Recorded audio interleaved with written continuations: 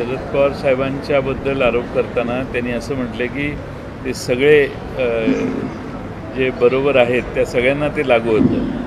ते सगळे आता भारतीय जनता पक्षात जाऊन बसलेले आहेत. त्यामुळं अमित शहांच्या हे लक्षात आलं नाही की ज्यांच्यावर ज्यांच्याकडे बघून त्यांनी हा आरोप केला ते सगळे त्यांच्याकडे जाऊन बसले आहेत. आता राष्ट्रवादी काँग्रेस शरद पवार साहेबांची सगळ्यात स्वच्छ पक्ष महाराष्ट्रातला आहे.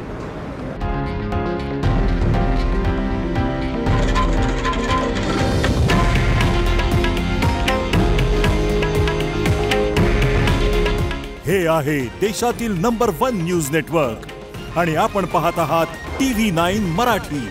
काळजी तुमची, हित महाराष्ट्राचं.